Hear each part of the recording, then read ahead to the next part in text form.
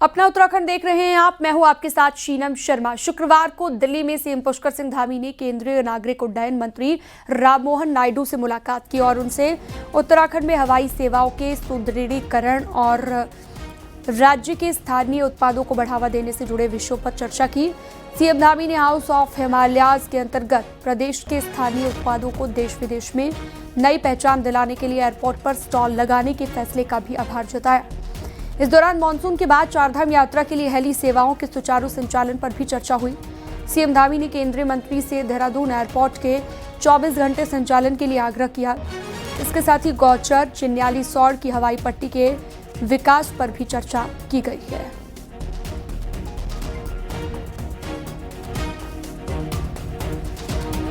Corbett national park से सटे Ramnagar one प्रभाग के टेढ़ा क्षेत्र में वन कर्मियों की बहादुरी ने एक बड़ी दुर्घटना को टाल दिया है। वन और वन्य जीवों की सुरक्षा में दिन रात तैनात वन कर्मी उस वक्त संकट में पड़ गए जब वो नियमित गश्त करने पर निकले थे। टेढ़ा कुलबंदा नाले के पास अचानक से 3 टाइगर सामने आ गए। इनमें एक वयस्क बाघिन अपने 2 शावकों के साथ आक्रामक दिखी। अचानक से सामने आए टाइगर्स की वजह से वन कर्मियों की सांसें थम गई और इस खतरनाक स्थिति में 4 वन कर्मियों ने बिना देर किए पेड़ पर चढ़कर खुद को सुरक्षित किया और वहां पर दुबक कर बैठ गए, अपनी जान भी बचाई। हमारे जो कर्मचारी हैं प्रतिदिन की नियमित गश्त पर थे। आज भी गश्त कर रहे थे। अचानक जो है एक टाइगर अपने बच्चों के साथ अचानक उनके मुंह के सामने आ गई, तो वो थोड़ा घबरा जैसे गए और पेड़ पर चढ़ गए सुरक्षा की दृष्टि से, क्योंकि ये क्षेत्र जो है गांव के नजदीक है। देहरादून से बड़ी खबर है। रुड़की से बरामद 86 सांप में से 6 सांपों की मौत हो गई है, जिसमें 5 कोबरा और 1 रसेल वाइपर की मौत हो गई, जबकि बाकी के बचे 80 सांपों को जंगल में छोड़ दिया गया। बताया जा रहा है कि एक ही बॉक्स में कई सांपों को रखे जाने से उनकी मौत हो गई। गुरुवार को सीजीएम कोर्ट में बरामद सांप लाए गए थे।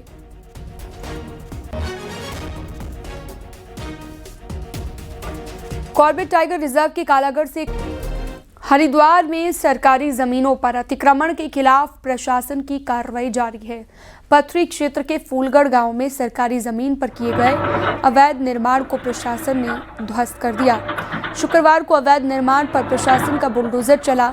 निर्माण को जमींदोज कर दिया गया। अवैध निर्माण हटाने को लेकर प्रशासन की ओर से नोटिस दिए गए थे, लेकिन अतिक्रमणकारियों के कान पर जू तक नहीं रेंगी, जिसके बाद प्रशासन की टीम ने 4 भवनों को ध्वस्त कर दिया है। वहाँ पर एक सरकारी मार्ग में कुछ लोगों द्वारा भवन और बिल्डिंग बनाई गई थी, दुकानें भी थी उसमें। उसको धारा 133 के तहत नोटिस जारी किए गए थे। उसके बाद उसमें कोर्ट की कार्रवाई हुई और उसमें उसको खाली करने के आदेश जारी कर दिए गए थे। उसके बाद आज उसको हटवाया गया है। उधम सिंह नगर में काशीपुर के कचनाल गुसाई गांव में बनी एक अवैध मजार को आज सुबह ढा दिया गया। प्रशासन के पास मजार को लेकर पिछले महीने शिकायत आई थी, जिसके आधार पर जांच की गई। जांच में पाया गया कि दस्तावेजों में जमीन मंदिर के नाम पर दर्ज है। मजार के संचालकों को जमीन से जुड़े कागज दिखाने के लिए कहा गया, लेकिन वो दिखा नहीं पाए। लिहाजा भारी पुलिस बल की मौजूदगी में आज सुबह अवैध मजार पर बुलडोजर चला दिया गया। आपको बता दें, धामी सरकार अवैध मजारों और इस तरह की अवैध संरचनाओं पर गंभीर है, जिसके चलते अभी तक 553 अवैध मजारों को हटा चुकी है।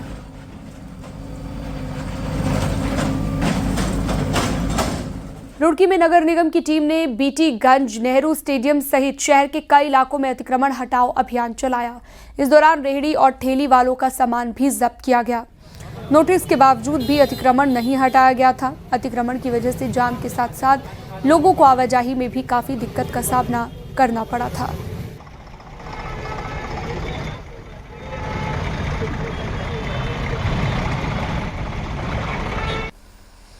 एक बड़ी खबर चमोली से आ रही है। बद्रीनाथ नेशनल हाईवे पर लंगसी के पास एक दर्दनाक हादसा हो गया है, जिसमें स्कूटी सवार पति पत्नी एक डंपर की चपेट में आ गए। हादसे में पत्नी की मौके पर ही मौत हो गई, जबकि पति को गंभीर हालत में अस्पताल में भर्ती कराया गया है।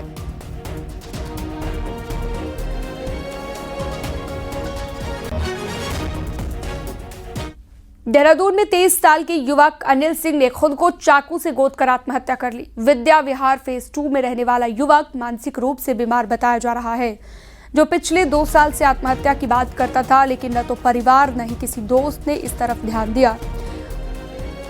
मृतक के पिता एसएसबी में अपर उप निरीक्षक हैं। मनोवैज्ञानिक इस तरह की घटना के पीछे बड़ी वजह एकल परिवार और माता पिता का बच्चों की तरफ ध्यान न देना मान रहे हैं। जैसे बच्चा शेयरिंग करना चाहता है और पेरेंट्स के पास टाइम नहीं है, पेरेंट्स को ये देखना चाहिए कि उनकी संपत्ति उनके खुद के बच्चे हैं, ना कि जो घर बना रहे हैं या समय नहीं दे रहे हैं या प्रॉपर्टी खरीद रहे हैं, वो सब कुछ ठीक नहीं है। इस पूरे मामले पे मेरा जो खुद का स्वयं का सोचना है वो ये है कि माता पिताओं को अपने बच्चे, जो कि 1 या 2 हैं आजकल, ध्यान देना चाहिए। अदरवाइज हरिद्वार के शिवलोक कॉलोनी में एक ब्यूटी पार्लर चलाने वाली महिला पिंकी की उसके प्रेमी मुकेश ने हत्या कर दी। हत्या करने के बाद आरोपी थाने में जा पहुंचा। पुलिस के सामने सारी सच्चाई उगल दी। इसके बाद पुलिस ने मौके पर पहुंचकर महिला का शव बरामद कर लिया है। दोनों के बीच पिछले 11 साल से अवैध संबंध थे। दोनों में अक्सर झगड़ा होता था। गुरुवार को झगड़ा इस कदर बढ़ गया कि आरोपी मुकेश ने रॉड से मारकर पिंकी की हत्या कर दी। 35 साल की पिंकी तलाकशुदा थी, जबकि आरोपी मुकेश स्वास्थ्य विभाग में ड्राइवर है। मुकेश के 2 बच्चे हैं। वहीं पिंकी और मुकेश की भी एक 8 साल की बेटी है। महिला की धारदार हथियार से हत्या की गई थी और उसके संबंध में एक रॉड मार के उसके सर पर उसकी हत्या करने के बाद उक्त अभियुक्त को पुलिस की अभिरक्षा में लिया गया है। नया अभिरक्षा में उसे भेजा जाएगा। अर्ली जो अभी हमारे पास इसके संबंध में जो जानकारी आई है, ये जो व्यक्ति अभियुक्त है मुकेश, इसका इस महिला के साथ रिलेशन में ये था और इसको शक के आधार पर इसके द्वारा ये कल रात ये घटना कारित की गई है। ऋषिकेश में एक युवक का तमंचा लहराते हुए वीडियो तेजी से वायरल हो रहा है। ये वीडियो नेपाली फार्म स्थित छिदरवाला के एक फेमस पकौड़े वाले रेस्टोरेंट का बताया जा रहा है। वीडियो में युवक ने तमंचा पकड़ा है, हवा में लहरा रहा है तमंचा और इसको युवक ने अपने फेसबुक वॉल पर भी पोस्ट किया है। वीडियो वायरल होने के बाद पुलिस मामले की जांच पड़ताल में जुटी हुई है। हालांकि न्यूज़ 18 वीडियो ऋषिकेश का ही है, इस बात की पुष्टि नहीं करता। कोटद्वार में दवाई की दुकानों पर प्रशासन की बड़ी कार्रवाई सामने आई। एसडीएम और ड्रग इंस्पेक्टर के नेतृत्व में हुई छापेमारी के दौरान एक मेडिकल स्टोर में एक्सपायरी डेट की दवाइयां मिली हैं, जबकि कई स्टोर्स में दूसरी खामियां भी पाई गई हैं। प्रशासन की ओर से झंडा चौक की 3 दुकानों और गाड़ीघाट की 2 दुकानों में जांच की गई है। गाड़ीघाट में भी कन्वर्सेशन हुआ है, साथ ही झंडा चौक पे एक ऑल इन वन करके जो मेडिकल स्टोर है उसमें कुछ अनियमितताएं पाई गई हैं, जिसमें इसका जो रखरखाव है, स्टॉक रजिस्टर नहीं है, वितरण रजिस्टर भी नहीं रखा गया है। साथ ही साथ जो सबसे मुख्य बात है वो ये है कि उसमें एक्सपायरी डेट की कुछ दवाइयाँ मिली है, आई ड्रॉप।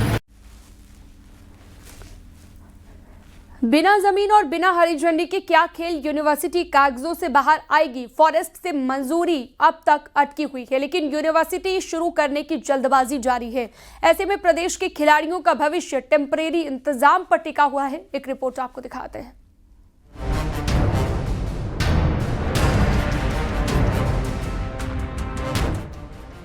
करीब 250 करोड़ की लागत से बनने वाली प्रदेश की पहली खेल यूनिवर्सिटी, जिसमें पढ़ाई का काम अगले साल शुरू होने का दावा आज भी है, लेकिन हकीकत ये है कि अभी जमीन तक नहीं मिली है।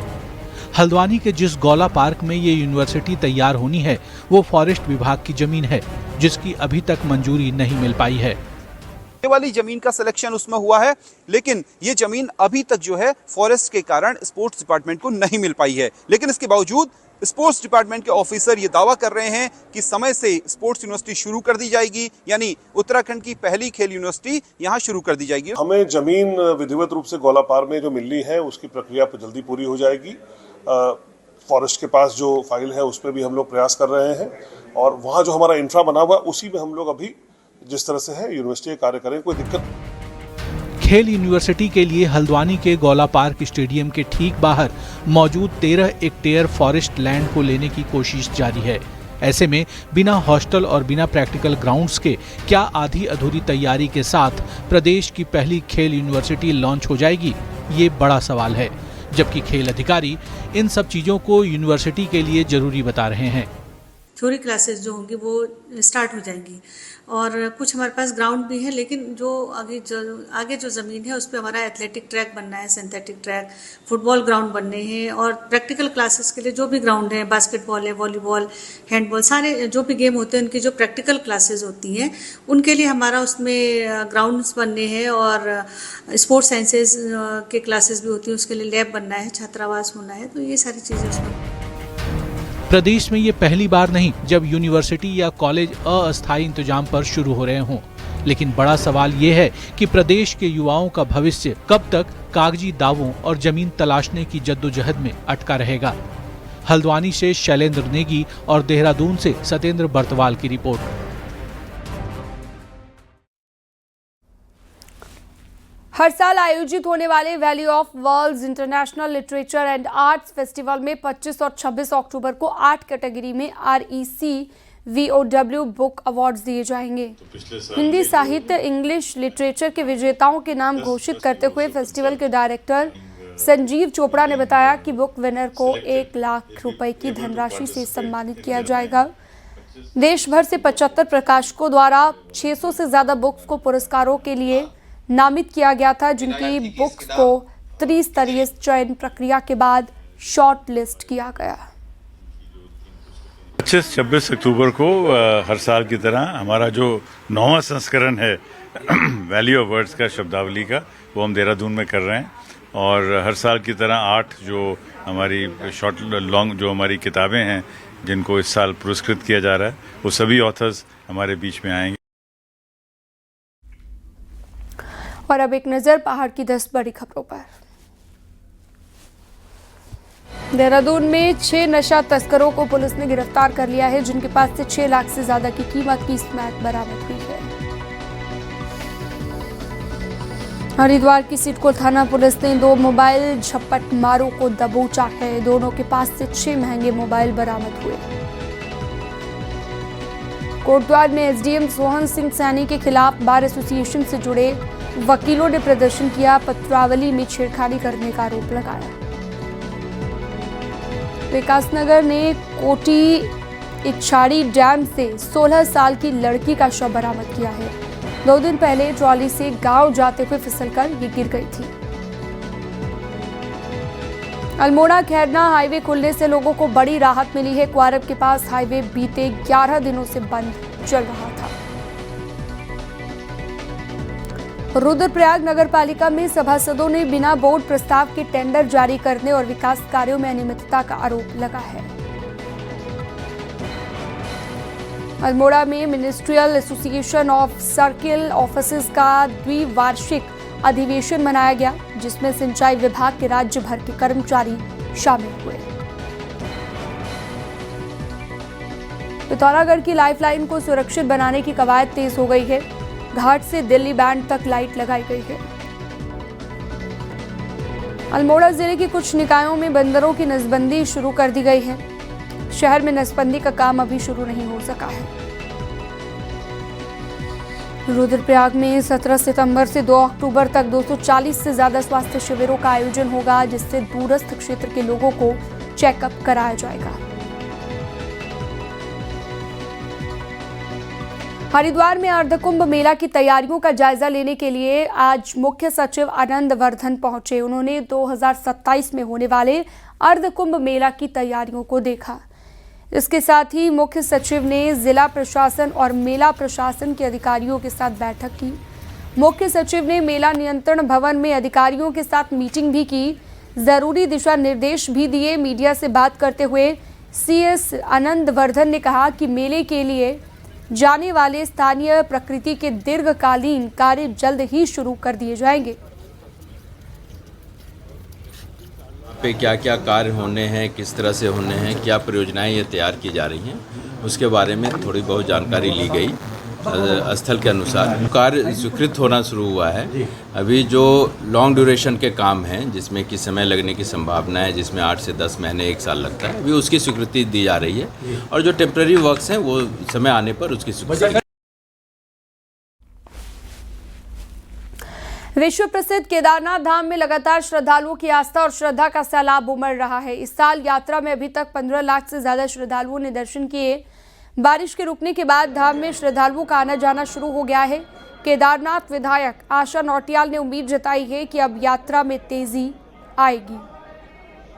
अभी वर्षा काल के बाद फिर से केदारनाथ के यात्रा प्रारंभ हो चुकी है। 15 मई से हेली भी शुरू हो जाएंगे। तो मैं सभी केदारपुरी आने वाले सभी श्रद्धालुओं का हार्दिक अभिनंदन और स्वागत करती हूं और बाबा से प्रार्थना करती हूं कि सब पे अपनी कृपा बनाए रखे और सभी सुखद यात्रा करके अपने गंतव्य को जाएंगे। और रुकते एक छोटे से ब्रेक के लिए, फौरन लौटेंगे।